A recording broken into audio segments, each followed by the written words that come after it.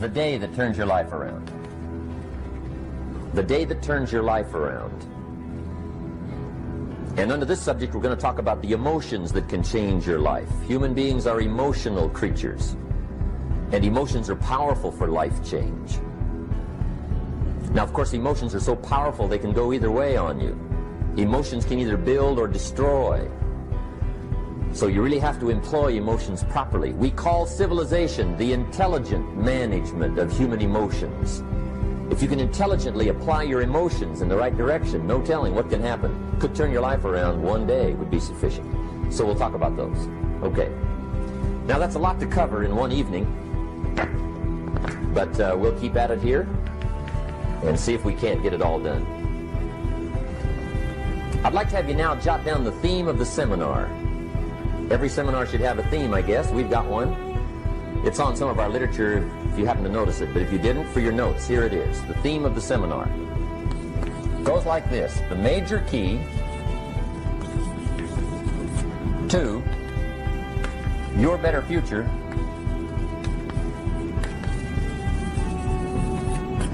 is you. That's the theme of our seminar tonight. The major key to your better future is you.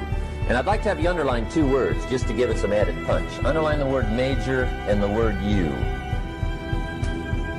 so that it reads, the major key to your better future is you. Now, my first suggestion is transfer this to a card or something where you can put it up where you can see it every day. Preferably put it up where you can see it at the beginning of the day, before you go off to put the day together. This is a good phrase just to glance at, to keep in mind as you're putting the day together. It's called the silent seminar. If you'll just let this talk to you during the day, I found it to be tremendously helpful. The major key to your better future is you. For a big share of my life now, I didn't have this one quite figured out, among a lot of things I didn't have quite figured out. Many things used to puzzle me back in those early days. I used to wonder why two people could work for the same company, one make twice as much money. Now, see, that used to puzzle me. And maybe they were the same age, graduated from the same school, live in the same community, work for the same company, with the same products and the same services. They've got the same traffic, the same problems, and one makes $1,000 a month, the other one makes $2,000 a month. Now, that was my puzzling question. Why would this long list be the same and the money twice as much? I asked, what's the difference between $1,000 a month and $2,000 a month? And I don't mean $1,000 a month, right? I could figure that out. But what makes the difference? Why would one person do twice as well, 3 times as well? Speaking economically. Now, I know there's more than one way to do well. I understand that. But in this little narrow area called compensation, what's the difference? Well, back then, with my faulty thinking, I'm trying to reason it out. I thought, well, maybe time makes some of the difference, right? Some people do better because they have more time. I used to say, Harold ought to be able to do well. He's got a lot of time. If I had all of Harold's time, I could do well. Now, that's got to be dumb, right? Number one, you can't get somebody else's time. A guy says to me one time, he says, you know, if I had some extra time, I could make some extra money. I said, then forget it. There isn't any extra time. Hey, when the clock strikes 12 midnight, that about wraps it up, right? I mean, you can look around the gongs there for a little more, but it's over. You say to the guy, what are you doing? He said, I'm looking for extra time. See, they'll come and take you away, right? There isn't any more time. Now, if you can't get more time, which you can't, what could you get more of that would make a difference in economic results? And here's the key word. Make it a part of your notes. We're going to consider it tonight. The word is value. And I have a little phrase for your notes. Value makes the difference in results. Value makes the difference. You can't get more time, but you can create more value. Now, here's the first lesson of economics. Everybody should learn it from the time they're old enough to understand what a dollar means, how to earn one, how to get one, how to keep one, what to do with it. First lesson of economics. We primarily get paid for value. That's lesson 1. Bringing value to the marketplace. That's how you get paid. You don't get paid for the time. I know it takes time to bring value to the marketplace, but you get paid for the value, not the time. Now, since that's true, here's one of the key questions of the evening. Is it possible to become twice as valuable at the marketplace and make twice as much money in the same time? Could you become 3 times as valuable? Make 3 times as much money in the same time? Is that possible? The answer is yes, if. And it's always if, right? Life is known as the big if. Harry Truman once said, life is iffy. How true. And here's the big if we're going to consider it tonight. It's possible to do much better at the marketplace if you go to work primarily on yourself. And that's the theme of our seminar tonight. Learning to work primarily on yourself. People have asked me for the last 24 years, how do you develop an above-average income? And the answer is, become an above-average person. Develop an above-average handshake. Some people want to be successful, they don't even work on their handshake. As easy as that would be to start on. They let it slide, they don't understand it. Develop an above-average smile. Develop an above-average excitement. Develop an above-average interest in other people. Develop an above-average intensity to win. See, that'll change everything. Probably one of the most frustrating experiences in life is looking for an above-average job with above-average pay without becoming an above-average person. It's called frustration.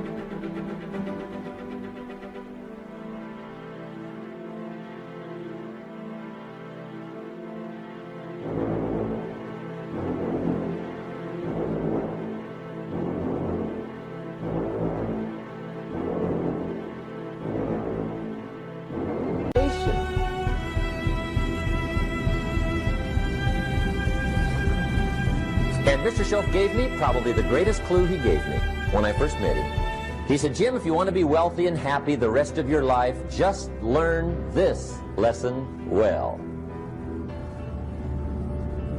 He said, learn to work harder on yourself than you do on your job.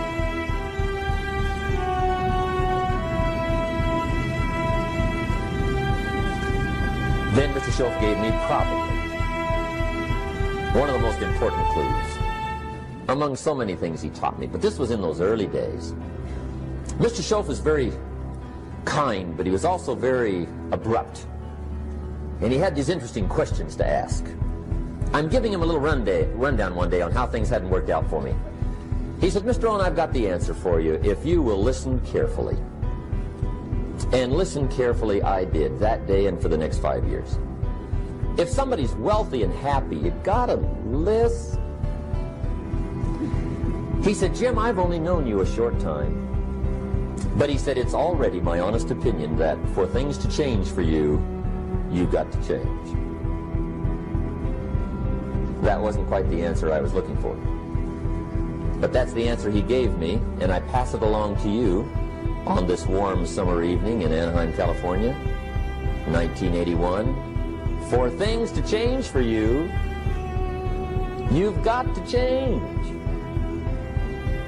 Otherwise, it isn't going to change. Before I met Mr. Schoaf, I used to say, I sure hope things will change.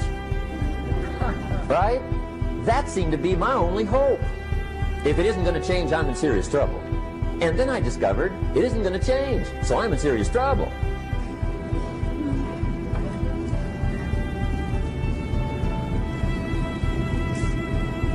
See, I can tell you what the 80s are going to be like. You have dropped into the right place.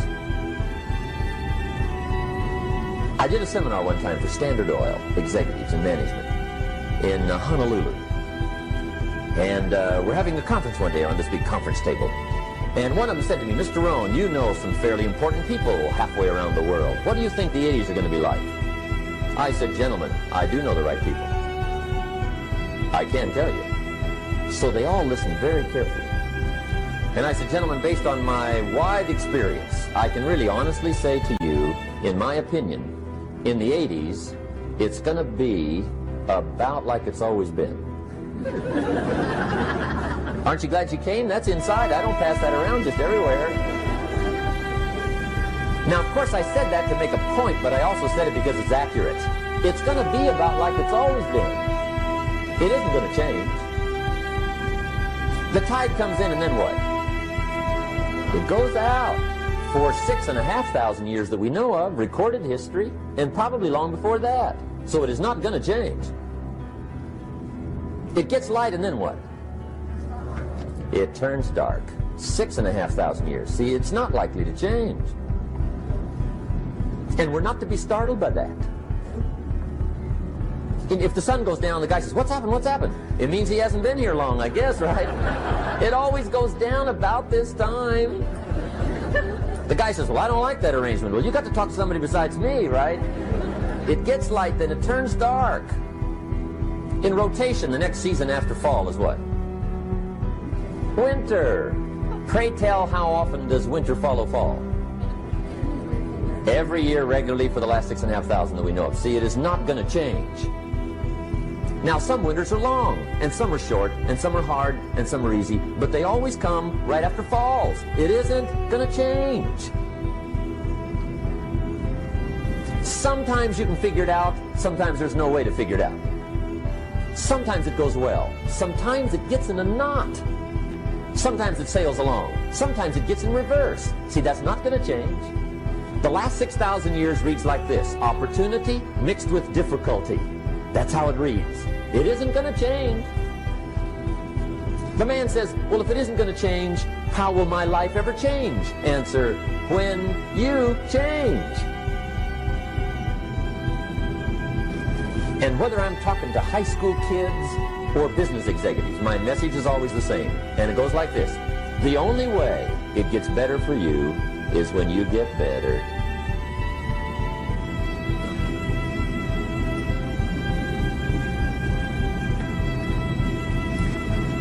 Let me give you the 4 major lessons in life to learn. Here's 4 majors.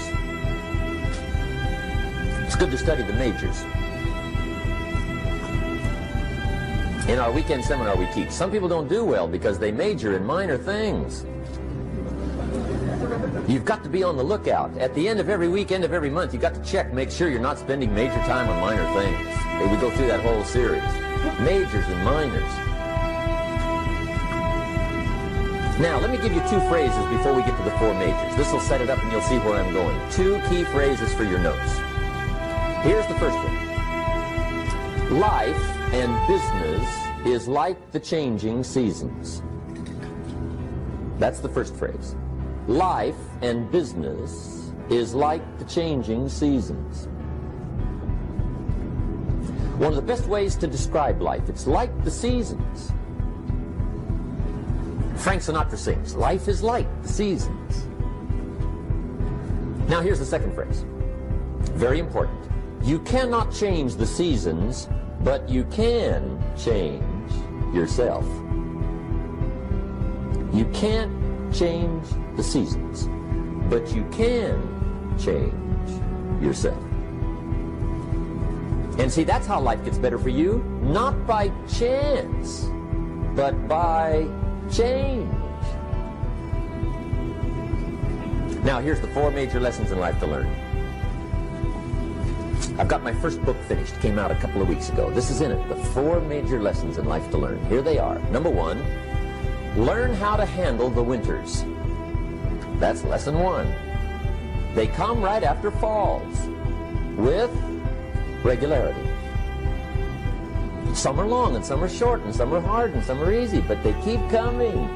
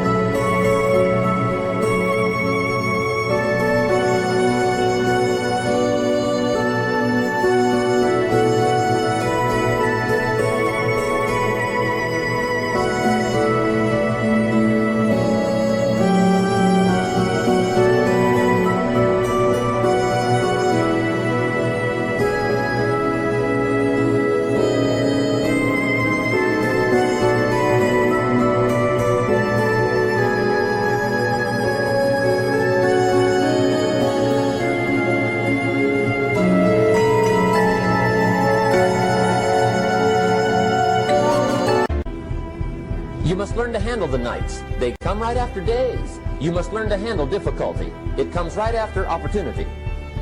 You must learn to handle recessions. They always follow progressions. For the last 6,000.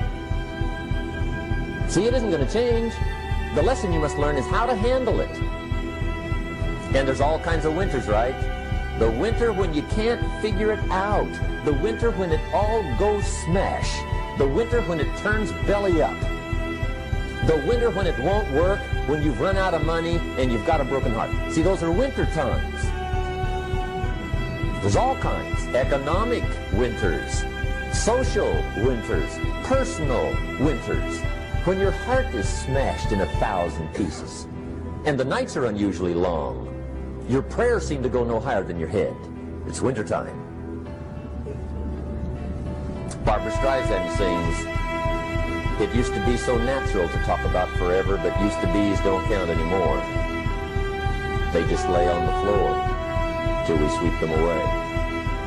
You don't sing me love songs, and you don't say you need me, and you don't bring me flowers anymore." A song of winter. But see, the disappointments come. Those are normal. That's part of life. But the question is, how do you handle it? How do you handle the coming winters and the disappointments and the downtimes? Well, you can't get rid of January by tearing it off the calendar. But here's what you can do. You can get stronger, you can get wiser, and you can get better. The winters won't change, but you can. And that's how life changes for you. See, before I understood when it was winter, I used to wish it was summer. I didn't understand. When it was hard, I used to wish it was easy. I didn't know. And then Mr. Schoaf gave me a part of his very unique philosophy when he said, don't wish it was easier, wish you were better. See, that triggered my whole life change. Don't wish for less problems, wish for more skills. Don't wish for less challenge, wish for more wisdom. That's the key. So that's lesson 1, learn how to handle the winters. Here's lesson 2. Learn how to take advantage of the spring. That's the second one. Spring is called opportunity. And spring follows winter. What a great place for it. If you were going to put it somewhere, that'd be the place to put it, right after winter. And pray tell, how often does spring follow winter? Every year with regularity, 6,000. You can almost count on it. See, opportunity always comes. Days follow nights. Isn't that terrific? Opportunity follows difficulty. But here's what you must learn to do. Underline these 2 words in that key phrase. Take advantage. Underline those 2. You must learn to take advantage of the spring. See, just because spring rolls around is no sign you're going to look good come fall. You gotta do something with it. In fact, you have to get good at one of 2 things in life. Planting in the spring or begging in the fall. Or get somebody to do it for you. See, those are about the only alternatives. Now here's what else you must do. Take advantage of the springs quickly, because there's only a few. Just a handful of springs have been handed to each of us. They don't come forever. Life is fairly brief. So you got to read every book you can get your hands on what to do with your springs while they're here. And take advantage, they soon run out. The Beatles wrote, life is so short. And for John Lennon, it was extra short. But life is brief. Elton John sings, she lived her life like a candle in the wind. It's brief. So whatever you're going to do with your life, you got to get at it. Don't just let the springs pass. Here's the 3rd major lesson in life to learn. Learn how to protect your crops all summer. You got to take care of what you start. Sure enough, as soon as you've planted your garden in the spring, the busy bugs and the noxious weeds are out to take it. And here's the next bit of truth. They will take it unless you prevent it. And that's the 3rd major skill to learn. You've got to learn to prevent the intruder from taking all the good you start. It's one of the challenges. Here's 2 key phrases under number 3. First one, all good will be attacked. On this planet. Maybe not the next one we get to, but on this one, all good will be attacked. Every garden will be invaded. Not to think so is naive. And here's the second phrase. All values must be defended.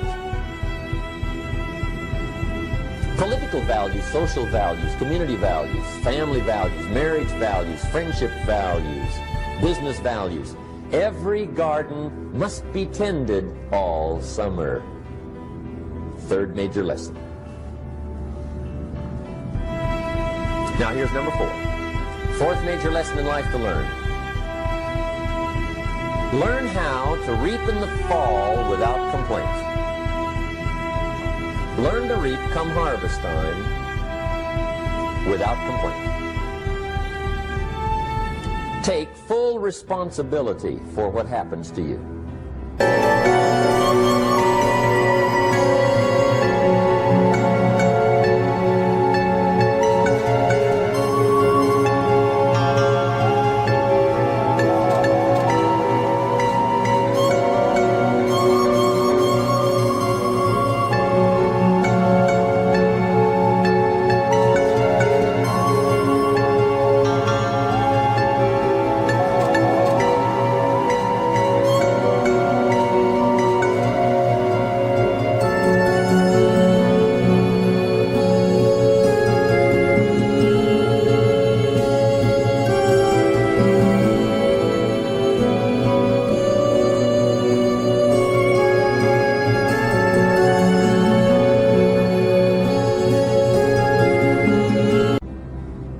the highest forms of human maturity, accepting full responsibility.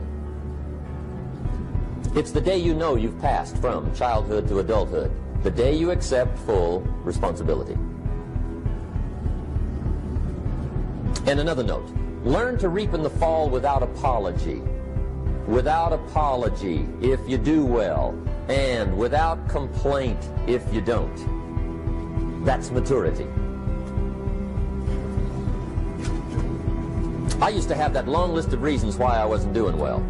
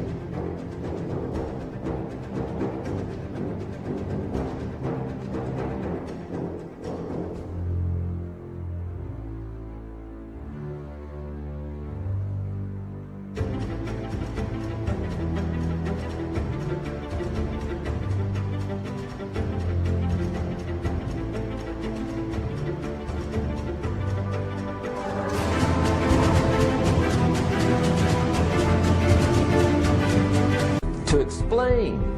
You got to explain, right? Otherwise you're going to look bad. I used to have this funny list called Reasons for Not Looking Good.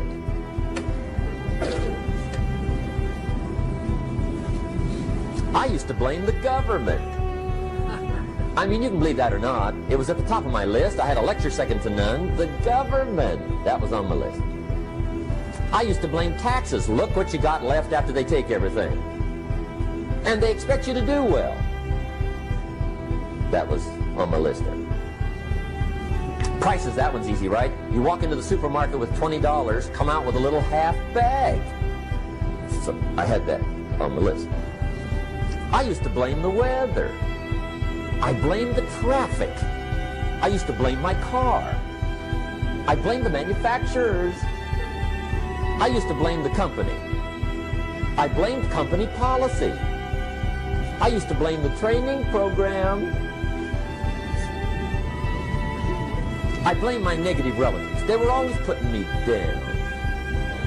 I blame my cynical neighbors. They're just selfish, looking out for themselves. Won't loan you money? They were on my list.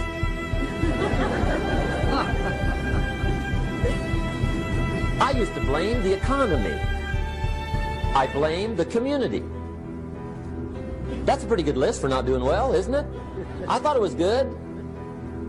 I'll never forget one day, Mr. Schoaf was very kind, but he was also very blunt, and this was no exception. And I'm glad he was blunt. There's a lot of things I'd have missed if he hadn't have been blunt. One day, with sort of a curious look on his face, he said, "Jim, just out of curiosity, tell me, how come you haven't done well up until now?" Excellent question. I thought, well, so I won't look too bad, I'll go through my list. And this list I just gave you, I put that on him. And he was very patient. He let me go through the whole thing, the government, the weather. I went through this whole thing. When I finished, he looked my list over very carefully. He said, "Mr. Rohn, big problem with your list. You ain't on it." How brilliant.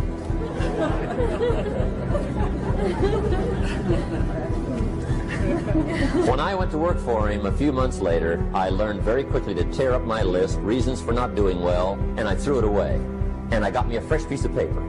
And I put one word on it. Me. There's a Black Heritage spiritual that says, "It's not my mother, nor my father, nor my brother, nor my sister, but it's me, oh Lord, standing in the need of prayer." See, I used to blame everything outside. And then let me give you a little philosophy that helped turn my life around. For your notes, here it is. It's not what happens that determines the quality or the quantity of your life. It's not what happens. And the reason is because what happens to about everybody. No different. The sun went down on all of us last night. A common event, a happening. And I found out that the same things can happen to two different people. One gets rich and one stays poor. Why is that?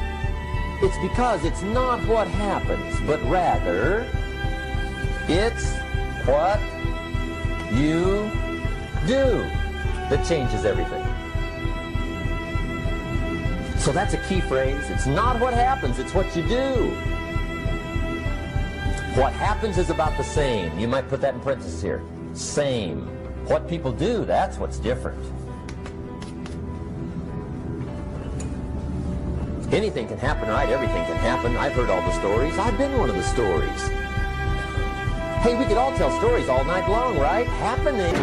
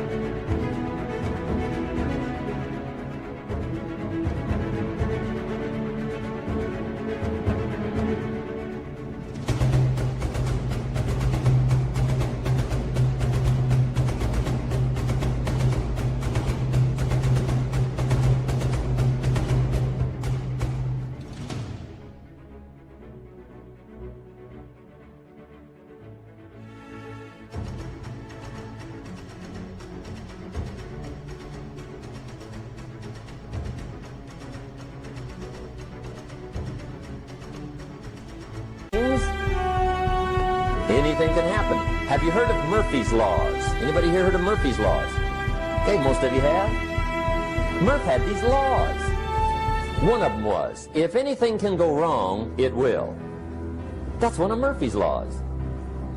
He was not one of the great positive speakers of the day. But anyway, it's still true though, right? Anything can go wrong, everything can go wrong. For sure. I've fallen out of the sky so many times. Once to the tune of a couple of million.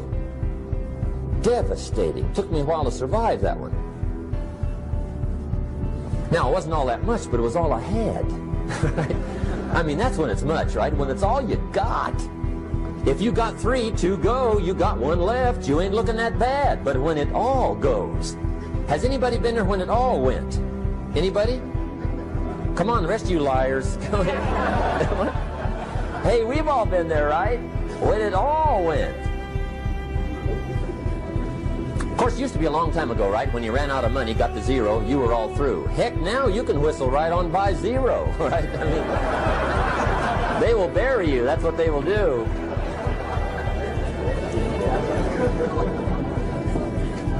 But see, those are the happenings, right? Everything can happen. Anything can happen. But it's not the happenings. It's what you do about it. Somebody says, yeah, but you don't understand the disappointments I've had. Come on. Everybody's had their share. Disappointments are not special gifts reserved for the poor. Everybody has them. The difference is what you do about it. It's not the weather. I used to blame the weather, and I discovered it rains on the rich. So see, that won't help.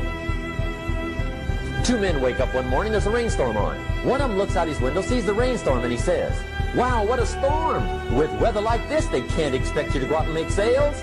He stays home.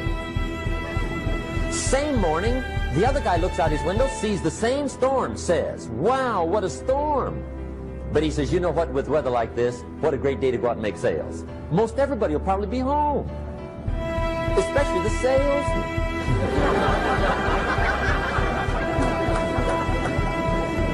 See, that's the difference in how your life works out. It's not what happens, it's what you do. So here's one of the key questions of the evening. Starting tomorrow, what are you going to do that'll make a change in your life's direction?